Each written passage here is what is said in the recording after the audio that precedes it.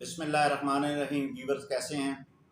آج جب supreme court کا فیصلہ آیا اور حکم امتناعی جاری کیا گیا جو پارلیمنٹ نے قانون سازی کی تھی اس کے حوالے سے، اس کے بعد جو ہے وہ قومی جو ہماری کابینہ ہے، وفاقی کابینہ، اس کا اجلاس ہوا. اس کے بعد پارلیمنٹ کا اجلاس ہوا جس میں جو ہے مختلف جو اسپیکر تھے انہوں نے خطاب کیا، اور اس کے بعد انہوں نے اس بینچ کو کی تشکیل کو جو 8 رکنی بینچ نے فیصلہ دیا یکسر مسترد کر دیا. انہوں نے کہا کہ ہم اس کو نہیں تسلیم کرتے. اس کے بعد جو ہے وہ آج جو ہے ان کیمرہ اجلاس ہونے والا ہے، اور ان کیمرہ اجلاس جو ہے وہ جاری ہے، اور اس ان کیمرہ اجلاس میں آرمی افیسر حاضر ہوں گے، اور اس کے بعد سیکورٹی کے ادارے کے ہیڈ جو آئیں گے.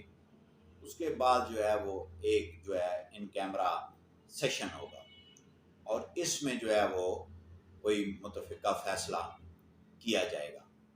اور لگ یہ رہا ہے کہ جیسا کہ یہ جو پارلیمنٹ ہے میں یہ سمجھتا ہوں کہ یہ ایک ماں کا درجہ رکھتی ہے، کیونکہ تمام قوانین اس نے بنائے ہیں، اور یہ جتنے ادارے ہیں یہ اس کے بچے ہیں. مثال سے، آسانی سے، عام فہم میں یہ میں بات کر رہا ہوں. تو جب ماں کے خلاف کوئی بچہ اگینسٹ ہوگا تو ظاہر ہے پھر ماں جو ہے وہ بھرپور ایکشن کرے گی. ٹھیک ہے جی. اور جب انتہا درجے کا بچہ گستاخ ہو جائے تو پھر اس ماں جو ہے اس کو گھر سے نکال دیتی ہے. اچھا، دوسری طرف یہ جو ایکٹ بنا ہے جس پہ سپریم کورٹ نے ڈیسیجن دیا ہے، ٹھیک ہے جی، کہ جو ہے وہ کارروائی جو ہے وہ روک دی جائے. ہمارے ایک مرحوم دوست انہوں نے ایک دعویٰ دائر کیا، اور اس دعوے میں ٹھیک ہے جی انہوں نے یہ لکھا کہ چونکہ میاں بیوی کا وہ کیس تھا تو جو خاوند تھا وہ یہ کہتا تھا کہ جو میری بیوی جو پریگننٹ ہے یہ بچہ میرا نہیں ہے، لہٰذا جو ہے وہ مجھے عدالت سے اس نے رجوع کیا. تو اللہ جنت دے اس کو، جو فاضل کونسل تھے انہوں نے دعویٰ دائر کیا صدور حکم امتناعی کا، اسٹے آرڈر کا. تو اس میں وہ یہ لکھتے ہیں فقرہ کہ چونکہ یہ میرا نطفہ نہیں ہے جو میری بیوی کے پیٹ میں ہے، تو لہٰذا جو ہے اس میری بیوی کو بچہ جننے سے باز و ممنون رکھا جائے، یعنی کہ یہ ڈیلیوری نہ کرے، اسٹے دے دیں. تو وہ جب جج صاحب نے وہ دعویٰ پڑھا تو جج صاحب نے ان کو بلا لیا، اور بار کے پریزیڈنٹ کو بھی بلا لیا، سیکرٹری کو بھی بلا لیا. وہ سارا جج صاحب نے کہا بھئی یہ دیکھیں، اب ایک میں ماں کو کیسے روک سکتا ہوں کہ وہ بچہ نہ جمے. اور یہ بڑا وہاں پہ جج صاحب نے انجوائے بھی کیا، اور انہوں نے کہا بھئی یہ کیسے یا سمجھائیں یا کیا ہے. تو جج صاحب نے، وہ سینئر سول جج تھے، انہوں نے یہ کہا کہ یہ میں کیسے ایک ماں کو کہہ دوں، آرڈر کر دوں، ٹھیک ہے، یہ بچہ جننے سے رک جائے، یہ میں اسٹے دائر کر دوں. اور اس جج صاحب کے یہ اور الفاظ بھی تھے. ان جج صاحب نے یہ کہا کہ اگر میں اسٹے آرڈر جاری کر دوں تو کیا ماں بچہ جننے سے رک سکتی ہے؟ خیر بعد میں وہ دعویٰ فاضل کونسل صاحب نے واپس لے لیا. ایک سینئر سول جج کی یہ وہ ہے. اب پاکستان کی جو پارلیمنٹ ہے وہ ان تمام اداروں کی ماں ہے. تو اب ایک ماں کو کیسے آپ روک سکتے ہیں کہ جو ہے وہ قانون سازی نہ کرے؟ کیسے کہہ سکتے ہیں کہ نیا قانون نہ بنائیں؟ کیسے کہہ سکتے ہیں کہ جناب آپ اسٹے آرڈر جاری کر دیں کہ اس کو روک دیا جائے؟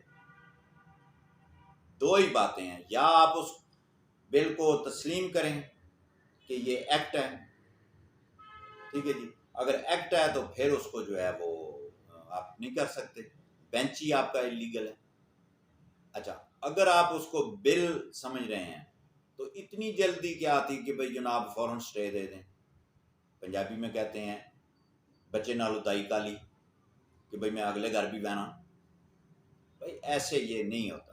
پارلیمنٹ سپریم ہے، اور آج جو ان کیمرہ سیشن ہونے جا رہا ہے اس میں بہت بڑا فیصلہ ہونے والا ہے، اس آئین کو بچانے کے لیے، اس ملک کی معیشت کو بچانے کے لیے. اور اس کے ساتھ ساتھ جو سپریم کورٹ نے جو ہے وہ آج طلب کر لیا ہے سیکٹری فنانس کو، اور الیکشن کے فنڈز کے حوالے سے بھی آپ نے فنڈز جاری نہیں کیے تو اس پہ جو ہے وہ کارروائی کریں گے. تو جناب پرائم منسٹر کے خلاف بھی ایک درخواست ہوگی ہے، مریم نواز کے خلاف بھی ہوگی ہے، اسپیکر کے خلاف بھی ہوگی ہے، ایک پٹیشن توہین عدالت کی ہوگی ہے، بھی کنٹیمپٹ جو ہے وہ چلائی جائے، وہ پیسے نہیں دے رہے. اچھا اس میں ہوتا یہ ہے کہ ایک جو بجٹ ہمارا ہے وہ مئی میں شروع ہوتا ہے، جون میں وہ پاس ہو جاتا ہے.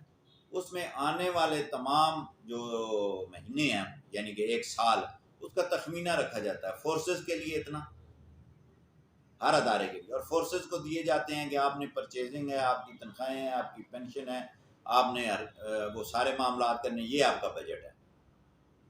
ٹھیک ہے جی.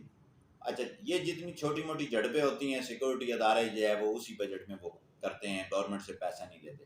اگر خدا نخواستہ ملک پر کوئی حملہ ہو جاتا ہے، کوئی ایسی صورتحال بن جاتی ہے، تو جو آرمی چیف ہوتا ہے وہ سب سے پہلے اپنے آفس سے پرائم منسٹر کو کال کرتا ہے اور ساری صورتحال یا ملاقات کرتا ہے، بتاتے ہیں.